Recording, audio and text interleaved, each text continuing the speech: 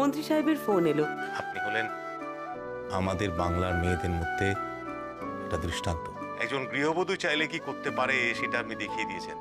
নিজের বড় বউয়ের সুনাম এমন করে অন্যের মুখে শুনলে একটু তো ভালো লাগারই কথা। মায়ের মুখে অনেকদিন পর হাসি ফুটলো। তারপর সবাইকে বোঝালাম বোতামের কথায় কিভাবে কেসের সমাধান হলো। কোনোদিন ওনাকে এরা ধরতে পারবে না। এই কথাটা শোনার পর না আমার কানে কিরকম একটা খটকা লাগে। বোতামের কথায় না আমার এই খটকাটা পরিষ্কার হয়ে গেল। কিন্তু সন্দীপ বাবুর এতগুলো খুনের উদ্দেশ্য জানা গেল অরূপের থেকে। ওদের ওদের বেঁচে থাকার কোনো অধিকার নেই অফিসার, নেই। আমার হাতে যদি সেরকম ক্ষমতা আসে না, আমি সারা পৃথিবীর যত গায়িকা আছে সবাইকে এইভাবে শেষ করে দেবো, শেষ করে।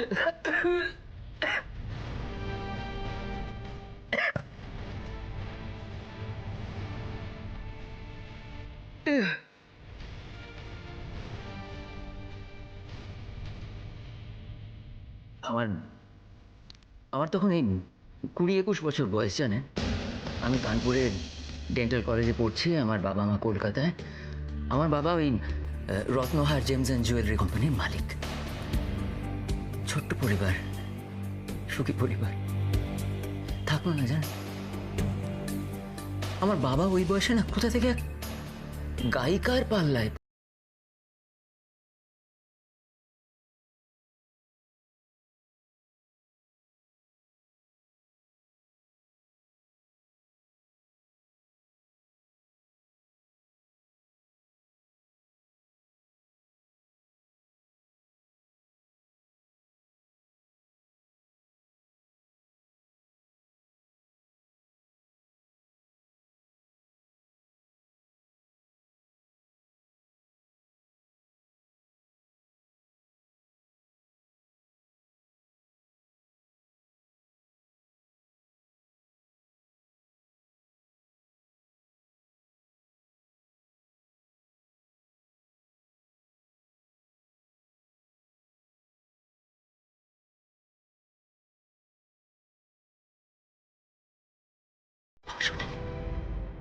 আমার আমার বাবা না তখন ওই মহিলাটাকে নিয়ে কিরকম একটা পাগলের মতন দোষাতার মত্ত হয়ে আছে সেই মহিলাটা নিয়ে। আমার আমার মা অনেক অশান্তি করেছিল জানেন, কিন্তু আমার বাবা শুনেনি। সেই মহিলাকে সেই বাড়িতে এনে রাখলো, মার মুখের সামনে তার সঙ্গে ন্যাকামি। আর তারপরে শুরু হলো বাবাতে আর মহিলাতে মিলিয়ে আমার মার উপর অকথ্য অত্যাচার দিনের পর দিন। আমি কিছু জানতে পারিনি জানেন। আমার মা ইচ্ছে করে আমায় কিছু বলেনি, পাছে আমার পড়াশোনার ক্ষতি হয়, আমি ডিস্টার্ব না।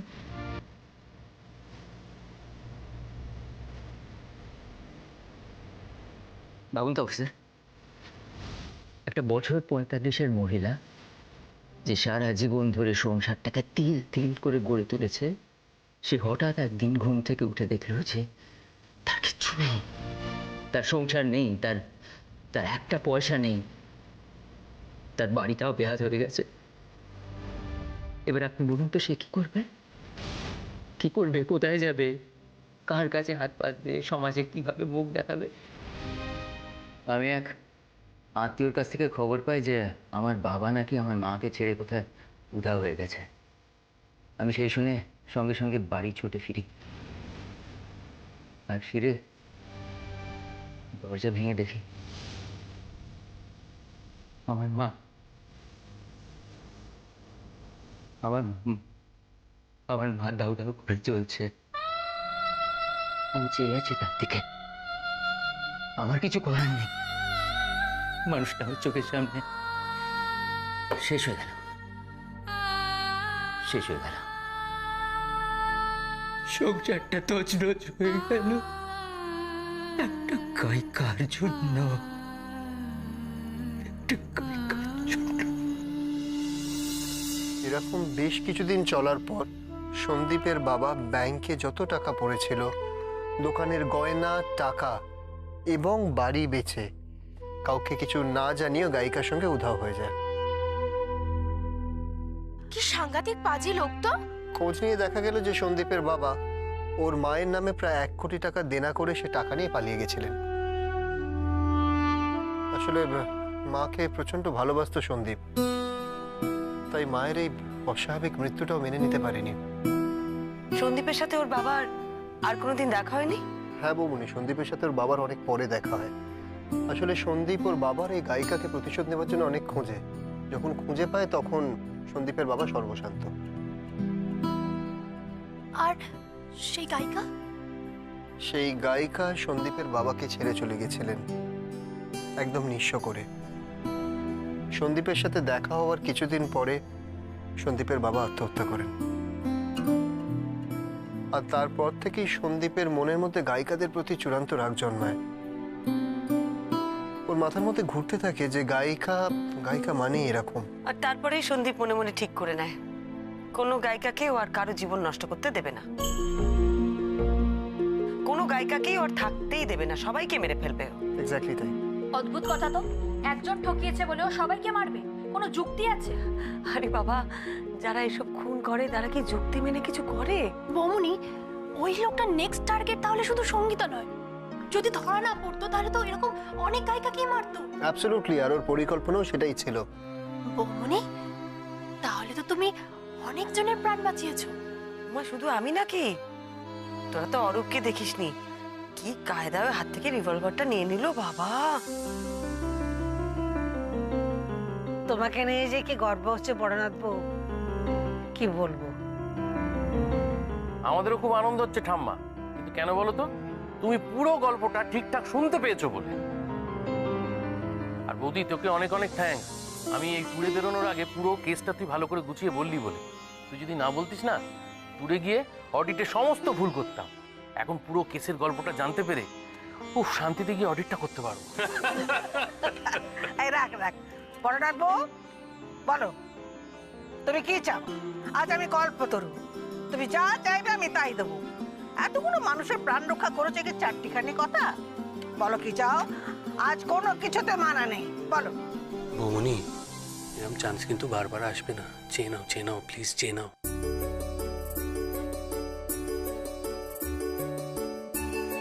ওঠা মা, যা চাইবো তাই দেবে তো? হ্যাঁ দেবো তো, বললাম তো। আমি কিন্তু দুটো জিনিস চাইবো, দিতে হবে কিন্তু। বলো।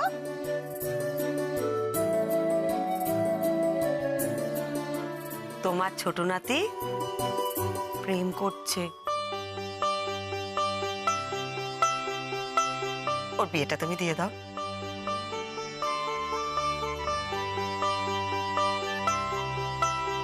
প্রেম? ছোড়দা? ওমা, আমরা কেউ জানি না তো। তুমি জানলে কি করে বৌমনি? তবে রে বেটা, তুই ডুবে ডুবে জল খাচ্ছিস? বৌমনি, এই গোয়েন্দাগিরিটা কিন্তু আমি করেছি। তা বাবা, প্রেমটি তুমি করছো কার সাথে? সে কন্যাটি কে?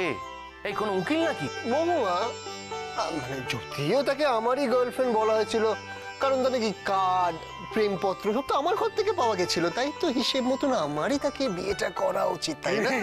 চুপ করে দাঁড়াও না, যত বাজি বাজি কথা। বিয়ে? কে বিয়ে? কার সাথে? উফ বাবা, বাঁচলাম। মহুয়া শাকচুনি তাহলে আমার ছেলের ঘাড় ভার করেনি তো? ও ঠাম্মা, বলো না। ও ঠাম্মা, বলো না, দেবে তো বিয়ে নাকি? বেশ, দিলুম টাবলুর বিয়ে।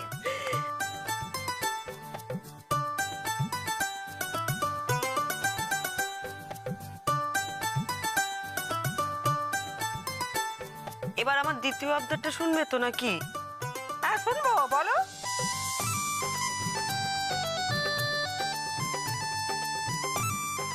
তুমি নন্দাকে বিউটি পার্লারটা করার অনুমতি দাও ঠাম্মা।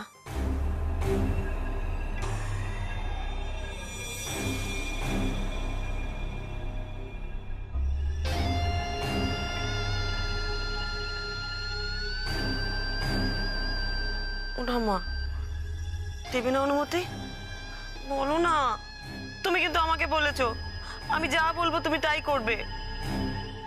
ও আমার কল্পতরু, তথাস্তু বলো না। তথাস্তু।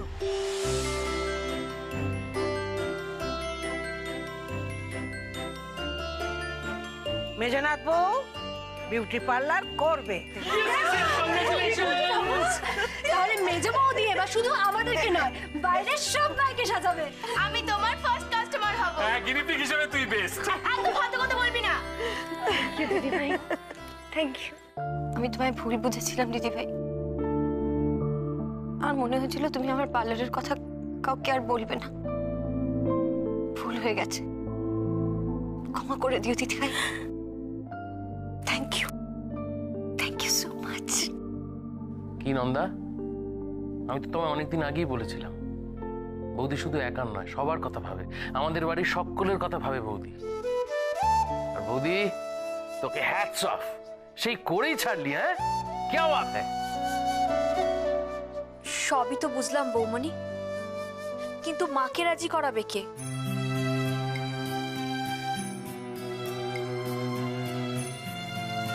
বড় বৌমা, ও বড় বৌমা, মাথা ফাটিয়ে বাড়ি ঢুকেছো, কোথায় একটু বিশ্রাম নেবে, আর তোরা ছেকে মেকে ধরেছিস একবার গল্প শোনার জন্য? না না মা, ওরা একটু বায়না করছিল যে যাকে যাকে, ঠিক আছে, ওই মন্ত্রীর কাছ থেকে লোক এসছে, তোমাকে ডাকছে। আমি কি যাব? হ্যাঁ হ্যাঁ, যাও যাও যাও যাও। আরে মন্ত্রীর কাছ থেকে লোক এসেছে, চল চল চল চল চল চল। দেখো সবাই হুড় হুড় করে বেরিয়ে চলে যাবে। আমিও যাই, দেখি কি কাণ্ডটা। না না, আপনি কোথায় যাবেন? আপনি ঘরে চলুন। আপনার নন্দা, দেখলে তো, এই হচ্ছে আমাদের বৌদি। তুমি তো বৌদিকে কিছুতেই বিশ্বাস করতে পারছিলে না নন্দা। হ্যাঁ মানছি, আমি ভুল করেছিলাম, কিন্তু এটা আমার আর আমার দিদি ভাইয়ের ব্যাপার। তুমি এই ব্যাপারে নাক গলাচ্ছ কেন বলো তো?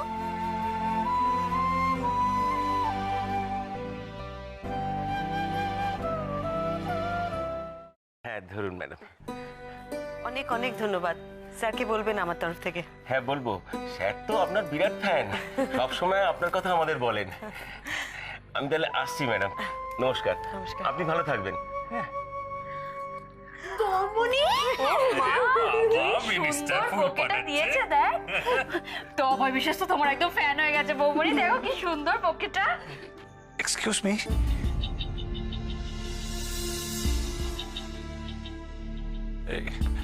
আচ্ছা পরমা মিত্র কি এখানে থাকেন? আরে আপনি কি ব্যাপার, এইভাবে ঢুকে আসছেন কেন? আপনাদের মধ্যে পরমা মিত্র কে আছেন? আমার না খুব দরকার ওনার সঙ্গে একটুখানি, প্লিজ বলবেন প্লিজ। হ্যাঁ বলুন, আমি পরমা মিত্র। নমস্কার, আমি রুচি সেনগুপ্ত। আসলে খবরে ওনার নামটা দেখলাম। আপনার সাহায্য আমার খুব প্রয়োজন। কিরকম সাহায্য? বলছি, ওই আমার স্ত্রী, মানে আমার ওয়াইফ, ও একটা অন্য লোকের সঙ্গে একটা সম্পর্কে জড়িয়ে পড়েছে। কিরকম সম্পর্ক? পরকীয়া। পরকীয়া হয় জানেন না? আমি শিওর জানেন ও প্রেম করছে। এখন আমার জানতে হবে ও গতিবিধিটা কি, লোকটাকে। সেই জন্য আপনার সাহায্য আমার খুব দরকার। আমাকে প্লিজ একটু হেল্প করবেন। হ্যাঁ প্লিজ একটু হেল্প করবেন। দেখুন, এটা না আপনার ব্যক্তিগত ব্যাপার। এত রাতে আমার বাড়িতে এসে এইসব কথা বলাটা ঠিক। আর আমি না এই ধরনের কেস একদম করি না, জানেন তো রুচির বাবু। আপনি বরং অন্য কোনো গোয়েন্দার কাছে যান, যারা এই ধরনের কেস ইনভেস্টিগেট করে থাকেন। আমি ঠিক। নমস্কার। প্লিজ প্লিজ প্লিজ প্লিজ, আপনি একটু শান্ত হয়ে আমার কথাটা শুনুন। আমি বলছি, এটা খুব সিরিয়াস ব্যাপার, কিন্তু এটার মধ্যে লাইফ অ্যান্ড ডেথ সিচুয়েশন রয়েছে। হ্যাঁ, আপনি পুরো কথাটা আমার ভালো করে শুনুন। আমি কি করবো শুনে বলুন? আমি বললাম তো এই ধরনের কেস আমি করি না। আপনি অন্য কারোর কাছে যান। আপনি ডিটেকটিভ, আপনি একটা লোককে খুঁজে বের করতে পারবেন না? হ্যাঁ না, আপনি বুঝতে পারছেন না। আরে লোকটা কে আমাকে তো জানতে হবে।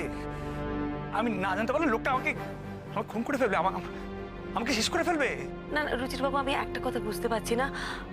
আপনার স্ত্রীর যদি কারোর সাথে সম্পর্ক থেকেও থাকে, তার জন্য আপনাকে খুন হতে হবে কেন? আমার মনে হয় উনি বোধহয় একটু বেশি ভাবছেন। বল, আপনি হাসছেন? সিরিয়াস ব্যাপার, লাইফ থ্রেট রয়েছে। আপনি ব্যাপারটাকে হালকাভাবে নেবেন না কিন্তু। Please please. শুনুন, উনি আপনাকে কি বললেন? উনি এই ধরনের কেস হ্যান্ডেল করেন না। শহরে আরো তো এরকম অনেক প্রাইভেট ইনভেস্টিগেটর আছেন, আপনি প্লিজ তাদের কারো একজনের কাছে যান প্লিজ প্লিজ প্লিজ। আপনি আমাকে ক্ষমা করবেন, আমি আপনার কেসটা ঠিক অনেক রাত হয়ে গেছে, আপনি এবার তাহলে ও তাহলে আপনি আমার কেসটা নেবেন না? আচ্ছা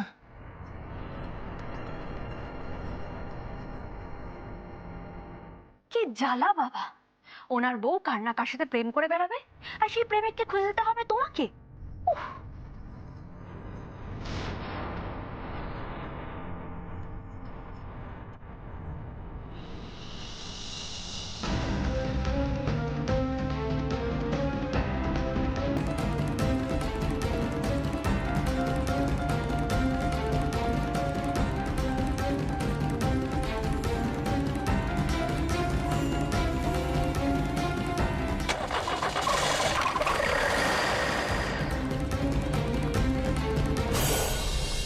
বিশ্বাস লোকটা কিন্তু, আরে অরূপ এসো দেখো মন্ত্রীর অফিস থেকে কি পাঠিয়েছে।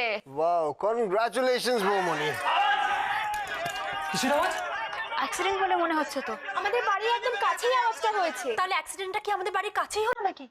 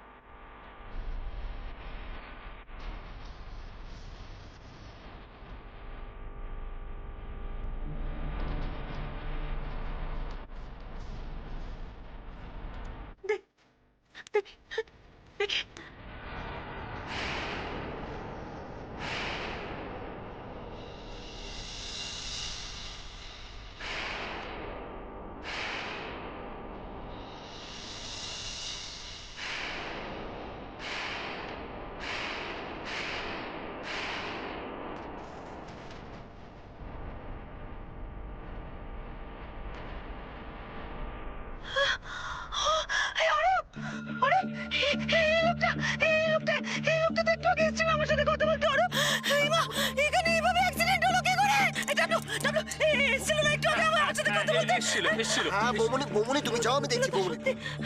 সাহায্য চেয়েছিল, বলছিল ওকে কে মেরে ফেল। এই অনুপ, এক্ষুনি এসেছিল, লোকটা বেঁচেছিল একটু আগে। আমার সাথে কথা বলে গেল, একটু আগে কথা বলে গেল। বৌমনি বৌমনি তুমি চলো প্লিজ চলো, বৌমনি বৌমনি প্লিজ চলো, অরূপ দেখে নেবে, তুমি চলো অরূপ দেখে নেবে, আমি দেখছি, চলো তুমি চলো বৌমনি তুমি যাও, আমি দেখছি, চলো বৌমনি বৌমনি বাইরে চলো, অরূপ দেখছে প্লিজ প্লিজ প্লিজ প্লিজ তুমি চলো, আমি দেখছি, দেবা নিয়ে যাও। চলো চলো তুমি চলো। আচ্ছা তোদের আক্কেল গম্মি বলে কিচ্ছু হবে না? হ্যাঁ দেখছিস কদিন ধরে বড় বৌমার ওপর দিয়ে কি যাচ্ছে, আর হাঁ করে দাঁড়িয়ে রইলি, মেয়েটা চলে গেল। আরে মা তুমিও চেঁচাচ্ছ কেন বলো তো? গেছে তো টাবলু আর অরূপ, তুমি তো চিন্তা করো না। হ্যাঁ তারা চিন্তা বাড়ায় কমায় না। মা বলছি একবার আপনার ছেলেকে গিয়ে বলবো দেখতে। ওই তো দিদি ভাই। কি হয়েছে?